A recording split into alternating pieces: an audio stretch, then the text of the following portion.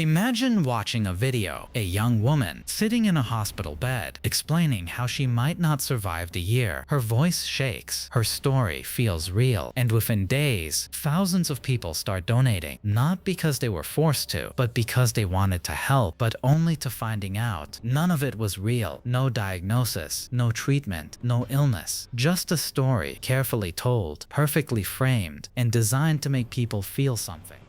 Madison Russo was a college student at the University of Iowa in early 2022. She made an announcement video stating she had stage 2 pancreatic cancer, a disease with an 11% survival rate. I got the call from my oncologist and they found a mass on my pancreas, and I had stage 2 pancreatic cancer at just 19 years old. Of survival is a slim 11%. Right away, people believed her because she didn't just say it, she presented it. Soon after her story started spreading, you don't just have an oncologist. It takes weeks, months. You have to find one that specializes in the kind of cancer you have. Local news picked it up. People began sharing her posts and donations started coming in. But something felt off. Not enough to stop the support, but enough to raise questions, small things, details that didn't quite make sense. Like how quickly she claimed to get assigned an oncologist, or how confidently she explained medical information, while occasionally sounding like she was reading it. But none of that slowed anything down, because once a story starts gaining sympathy, it becomes dangerous to question it. And that's where the real system begins. Because sympathy is one of the most powerful forces online. It spreads faster than logic, and it shuts down skepticism. So Madison leaned into it. She started documenting her journey, posting updates, sharing progress, keeping people emotionally. And this is where things became more strategic, because the goal wasn't just to tell a story anymore. It was to maintain it. She claimed her hair wasn't falling out because of vitamins. She said radiation was making her skin look tanned. To someone unfamiliar, it sounds believable, but to people who had actually gone through treatment, it didn't. My hair, during treatment with chemo and radiation, my mom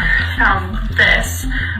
It's biotin with collagen and keratin. Brushing my hair and a few pieces were count if I was brushing my hair. Still, the audience kept growing because the content worked. And when content works, it evolves. So she escalated. A second diagnosis, acute lymphoblastic leukemia. Now the story wasn't just tragic, it was overwhelming. And the response followed. More shares, more attention, more money. Over $37,000 in donations. All driven by one thing, emotional engagement. And this is the part that matters. Because what Madison was doing isn't unique. It's just extreme, because the same structure exists across the platform. Create a story, make it emotional, keep people invested, and turn that attention into value. The difference is, most creators don't fake illness, but they do understand one thing. Emotion drives everything, and once you understand that, you can shape content around it. That's why outrage works. That's why drama spreads. That's why controversy grows channels overnight. Because the system rewards reaction, not accuracy. And Madison had figured that out. But there was one problem. The internet doesn't just amplify stories, it also investigates them. Medical professionals on platforms like TikTok started noticing inconsistencies. Her medical equipment was wrong, ports placed incorrectly, feeding tubes that weren't functional. What is going on with that chest port? I am not a chemo nurse, but this doesn't look like a port to me. The dressing is really screwed up with her feeding tube that's not primed. Let's go closer to her nose. Is that the end of the feeding tube? You can see that the actual positioning of the port per se is not accurate. Also, the way that it's secured, the type of tape that's used is not the same clinical tape that we would use in the hospital. You're seeing a cancer port, they're not usually this sloppy. There's nothing in that bag. This would be where the nutrition would be. And if she was actually being fed via feeding tube, this tube would be full of this white liquid. There's nothing in that. So she would just be pumping air into her stomach. There's another one, no substances in the tubing, and her port is still messy. Also, do you see that right there? That little purple spot? Yeah, that's supposed to be down in her stomach. And then came the biggest crack in the story. Her photos. They weren't hers. Some were taken from Google, others belonged to real cancer patients. And just like that, the narrative collapsed. Because once proof appears, emotion doesn't matter anymore. This is a picture she posted. That is a European outlet. This picture is from Google. This picture alone should put her in jail. She took this picture, drained from chemo era, this was on her TikTok, somebody reverse image searched it and found an actual person with cancer. She literally stole this photo. Police got involved. They searched her apartment, and what they found told the real story. A bag of medical supplies, a wig, empty equipment, no treatment records, no diagnosis, no cancer. Her bank accounts were frozen. She was arrested, and in court, she gave an explanation. She said she did it to bring her family together, but by then, it didn't matter because the damage was already done. For money